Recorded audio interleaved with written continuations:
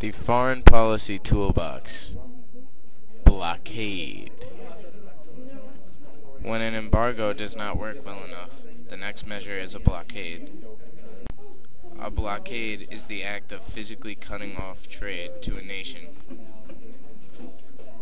A blockade is considered to be more of an act of war than a diplomatic act. This is due to the use of military apparatuses such as naval ships.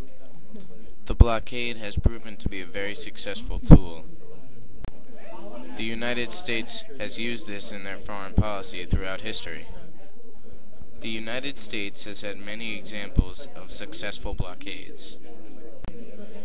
This can be seen during the Cuban Missile Crisis of 1962. The blockade's purpose was so that nuclear missiles could not get to Cuba. We did this to try and stop them from building more nuclear missiles.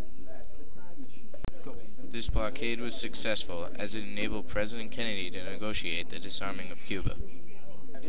There are other examples of blockades in history as well. Not all of them were successful. An example of an unsuccessful blockade occurred during the Cold War. The Soviets blockaded West Berlin during the Cold War. The blockade was enacted to prevent the people of West Berlin from receiving supplies such as food and fuel. The Soviets reasoned that if they were the only ones to provide supplies to West Berlin, then they could essentially gain control over the city. To overcome the blockade, the Western Allies organized the Berlin Airlift, in which they airdropped in materials to assist the people in West Berlin.